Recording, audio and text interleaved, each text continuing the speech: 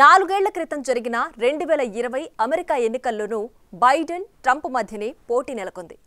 అయితే అప్పుడు ఇరువురు అభ్యర్థుల మధ్య పోటాపోటీ డిబేట్ నడిచింది. ఆయా అంశాలపై లోతైన విశ్లేషణతో పాటు తీవ్రమైన విమర్శలు చేసుకున్నారు. గొంతెత్తి అరుచుకున్నారు. కానీ 4 ఏళ్ల తర్వాత పరిస్థితులు మారాయి. అభ్యర్థులిద్దరూ డిఫెన్స్లో పడ్డట్లు స్పష్టంగా తెలిసింది.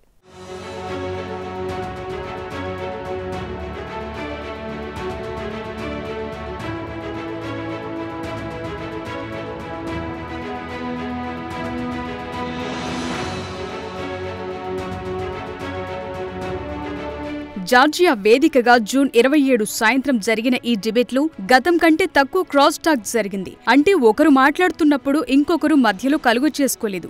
గత ప్రెసిడెన్షియల్ డిబేట్లలో ఈ అంతరాయాలు ఎక్కువగానే ఉండేవి. దీంతో వాదోపవాదాలు అస్పష్టంగానే కనిపించేవి. ఇక ప్రస్తుత డిబేట్లో ఇరు అభ్యర్థులు మాట్లాడిన మాటల్లో స్పష్టత కనిపించినప్పటికీ చురుకుదనం మిస్ అయిందనే అభిప్రాయాలు అందరిలోనూ కలిగింది. కానీ ఇద్దరు నేతలు ఒకానొక సమయంలో వ్యక్తిగత విమర్శలు చేసుకునే స్థాయికి వెళ్లారు. డిబేట్ మోడరేటర్లుగా ఉన్న జేక్ టాపర్, డానా బాస్ట్లు కూడా ఈ డిబేట్ ఫలితాలను ప్రభావితం చేయకపోలేదు.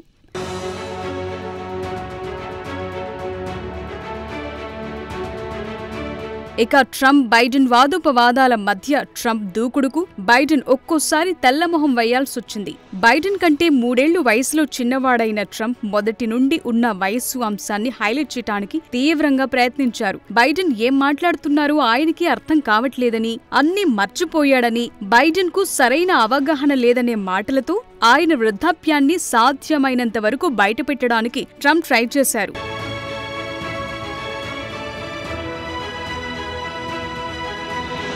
నిజానికి ఈ డిబేట్ ప్రారంభం కాకముందే చాలా మంది అమెరికన్లు జో బైడెన్ వయస్సు, పనిచేయటంలో ఆయన ఫిట్నెస్ గురించి ఆందోళన వ్యక్తం చేశారు. దానికి తగ్గట్లే ఈ డిబేట్లో బైడెన్ మాట తీరులో నీరసం, వాదనలో దూకుడు లేకపోవటం ఆ ఆందోళనలు మరింత పెంచాయి. మోడరేటర్లు అడిగే ప్రశ్నలకు క్లియర్ సమాధానమివ్వటంలో, ప్రత్యర్థి ట్రంప్ విమర్శను ఎదుర్కోవటంలో బైడెన్ తడబడ్డారు. కొన్నిసార్లు అస్పష్టంగానే తన స్పందన తెలియచేశారు. అయితే బైడెన్ జలుబుతో పోరాడుతున్నాడని, అందుకే ఆయన గొంతు గజిబిజిగా ఉందనే వార్తలు కూడా వచ్చాయి.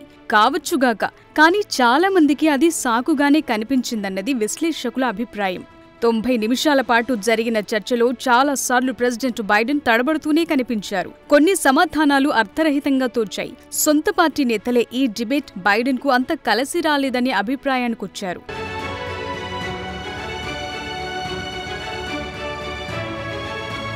అయితే డిబేట్ జరిగిన మొత్తం సమయంలో ఎవరు ఎవరిపైన అటాక్ చేశారు, ఆయా అంశాలపై ఎవరు ఎంత సమయం మాట్లాడారన్నది చూస్తే అందులో కూడా మాజీ అధ్యక్షుడు డొనాల్డ్ ట్రంప్ పైచేయి సాధించినట్లు తెలుస్తోంది. ఇద్దరి వాదోపవాదాలు దాదాపు 78 నిమిషాలు నడవగా అందులో ట్రంప్ మాట్లాడిన 41 నిమిషాలు, 18 నిమిషాలు అటాక్ మోడ్లోనే ఉన్నాయి. ఇక బైడెన్ మాట్లాడిన 37 నిమిషాల సమయంలో 13 నిమిషాలు మాత్రమే ట్రంప్పై విరుచుకుపడ్డారు.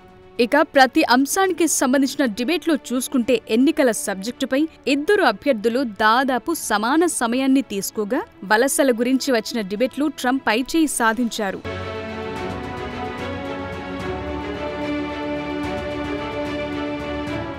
ఇక ఆర్థిక వ్యవస్థపై బైడెన్ ధీటైన స్పందనలు కనిపించాయి. అయితే విదేశీ వ్యవహారాల విషయంలో ట్రంప్ దూకుడు ప్రదర్శించారు. రష్యా ఉక్రెయిన్ యుద్ధం విషయంలో ట్రంప్ 1.45 నిమిషాలు మాట్లాడితే బైడెన్ 25 సెకండ్లు మాత్రమే మాట్లాడారు. అయితే అమెరికాలో కీలకంగా మారిన అబార్షన్ అంశంలో బైడెన్ పైచేయి సాధించారు. మిలిటరీ విషయంలోనూ ట్రంప్ను ధీటుగా ఎదుర్కొన్నారు బైడెన్.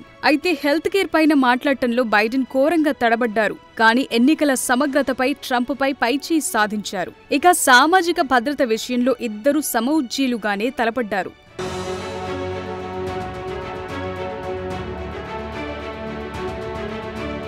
ఏది ఏమైనప్పటికీ డిబేట్ సమయంలో బైడెన్ పేలవమైన ప్రదర్శన డెమోక్రాట్లలో నిరాశను కలిగించగా, రిపబ్లికన్లలో గెలుపు ఉత్సాహం పెరిగింది. బైడెన్ ఈ డిబేట్ను ట్రంప్కు విరుద్ధంగా మార్చాలని అనుకున్నారు. కానీ ట్రంప్ దూకుడును ఎదుర్కోవటంలో విఫలమయ్యారు. అయితే చాలా సందర్భాల్లో ట్రంప్ కూడా డిఫెన్స్లో పడిన సందర్భాలు లేకపోలేదు. బైడెన్ మాదిరిగానే ట్రంప్ కూడా కొన్నిసార్లు పేలవంగా స్పందించారు. ట్రంప్ తన వ్యాపార పత్రాలను తప్పుదోవ పట్టించినందుకు మాన్హాటన్ జ్యూరీ ఆయన్ను దోషిగా నిర్ధారించిన తరువాత జరిగిన ఎన్నికల సర్వేల్లో ట్రంప్ స్థానం కాస్త బలహీనపడింది. ఇందులో బైడెన్ మెరుగైన ఫలితాలను సంపాదించడంతో ట్రంప్ కాన్ఫిడెన్స్ కాస్త తగ్గినట్లు అనిపించింది.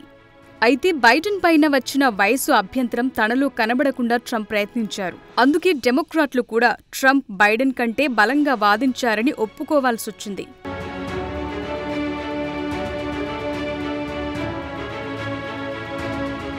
అయితే CNN నిర్వహించిన ఈ చర్చ మొదటిది మాత్రమే. డిసెంబర్లో జరగబోయే ఎన్నికలకు ముందు సెప్టెంబర్ 10 రాత్రి 9 గంటలకు ప్రెసిడెంట్ బైడెన్, మాజీ ప్రెసిడెంట్ ట్రంప్ మధ్య రెండవ డిబేట్ జరగనుంది. దీన్ని ABC న్యూస్ నిర్వహించనుంది. సాధారణంగా 1988 నుండి చూస్తే అమెరికా ప్రెసిడెన్షియల్ డిబేట్లు 3 సార్లు జరగటం సాంప్రదాయంగా వస్తోంది. అయితే ట్రంప్ బైడెన్లు 2 డిబేట్లకు మాత్రం అంగీకరించినట్లు సమాచారం. ప్రెసిడెంట్ డిబేట్లను నిర్వహించే కమిషన్ ప్రణాళికల ప్రకారం టెక్సాస్, వర్జీనియా, ఉటాలోని విశ్వవిద్యాలయాల్లో సెప్టెంబర్, అక్టోబర్లలో ప్రెసిడెన్షియల్ డిబేట్లు జరగాల్సి ఉంది. కానీ ఈ ఏడాది చర్చలు మాత్రం కమిషన్ ప్రమేయం లేకుండానే నిర్వహించారు. రిపబ్లికన్లకు వ్యతిరేకంగా కమిషన్ పక్షపాతంతో వ్యవహరిస్తోందని ఇటీవల ట్రంప్ ఆరోపించడం వల్ల ఇలా జరిగినట్టు తెలుస్తోంది.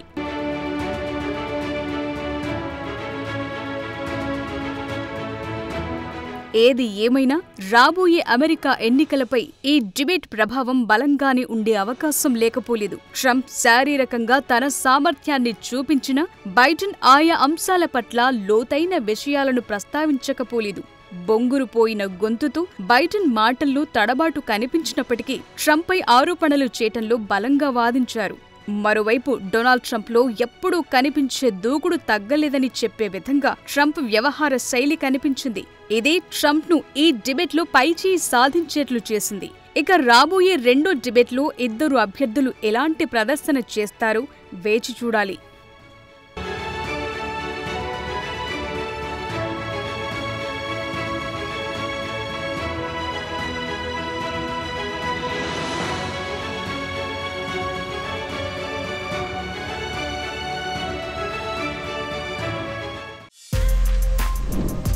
For more videos like this, subscribe Big TV channel.